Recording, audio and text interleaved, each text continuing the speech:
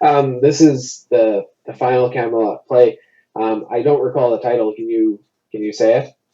Yeah, it's Infinite Consanguinity, which Okay. comes from Hart Um, Crane. okay. This one was mainly about the fall of Camelot, although we don't see its entire fall. And it has Modred as essentially one of the main characters. I found his arc sort of interesting, although I expected him because of reading about this as I was reading your play that he'd go in this direction. Tell me a little bit about Modred. There's signs all throughout the four plays that he's eventually going to try to kill King Arthur. The other thing too is that you have said throughout the beginning of this cycle that you were going to make Sir Gawain the central Arthurian character, and you make good on that promise. I thought the ending was very touching with Danny Wagner and Sir Gawain. I did think that the development of Mordred's antagonism and resentment towards Arthur was well placed. The other characters, I felt like it was sort of like Shakespeare, where you're basically trying to fill all the holes by killing them all off, like Dagonet and everything. But I did think that Dagonet's death scene was well done. Well, Dagonet's death scene goes back to one of the earlier scenes. He's sort of babbling the same words he was saying about Guinevere, and we get them together. Guinevere and Arthur end up resolved that they end up together, which I always think, most people are going in the original, most of the original mythos is Lancelot ends up going to a hermitage in France. Guinevere ends up as a nun. Arthur ends up dead.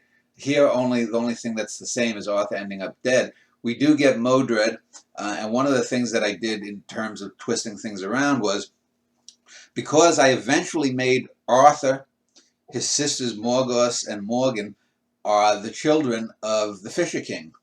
And so, as I had mentioned in some earlier talks, I used the mythos of the green children of Woolpit, these kids that came out of a cave that from an unlit land who were sort of greenish in tinge, and I made the three siblings wandering out. And we get the idea that the Fisher King's kingdom is, and I forget the name of the kingdom now, but it is that kingdom of semi-twilight up in Scotland where it's always dark and stormy. And for children who are just 4, 3, 5, and 6, I think, or 7 were the ages of the three kids, it makes sense for them to make up these kinds of tales. And so Arthur is of royal birth. He's just not the true lineal descendant for the King of England. And we get instead of Modred being Arthur's bastard son, I make him actually the son of Arthur's father, which would have been Uther Pendragon. So I make Uther Pendragon not Arthur's father. So Modred then in this world, his hatred of Arthur is more just because Modred has found out that he's truly the lineal descendant, and so he by law and by rights should be the king. Whereas in other versions, he's just a usurper who wants power. Well, here he still wants power, but now he has the legitimate claim, and so he's partly right. He's just going about it in a totally psychotic and psychopathic fashion. And so he ends up killing off Dagonet. I think Sir Bors ends up dead. So the final of the three questers, the Grail questers, is dead. We get a little bit. We find out a little bit of I think what happened to Tristan and Isolde. We hear that also Lancelot has either gone mad or he's back in France, and I think he might end up dead too.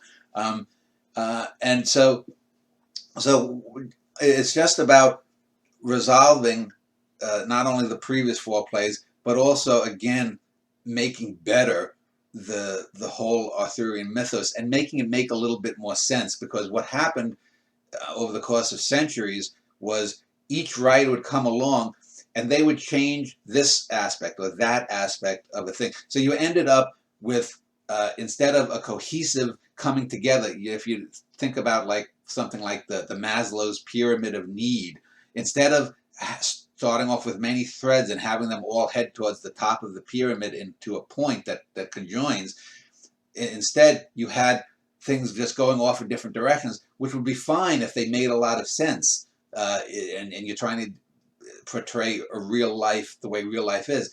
But that's not the way Arthurian mythos was. It was just a lot of individual writers totally ignoring things, making shit up, adding new stuff, which again would be fine if it worked, but most of the times it didn't work. So here I'm trying to just sort of get everything back so that it ends in a cohesive unit. And because I wanted Sir Gawain to be sort of the hero, we don't end up with Modred and Arthur mutually killing each other. Arthur's about to kill Modred, and then he slips on something, and then Modred then takes advantage of that. He's about to kill Arthur, and then Gawain's from offstage, boom, he's shot in the head or in the neck or something with an arrow, and we see that it's Sir Gawain who has come to save the day.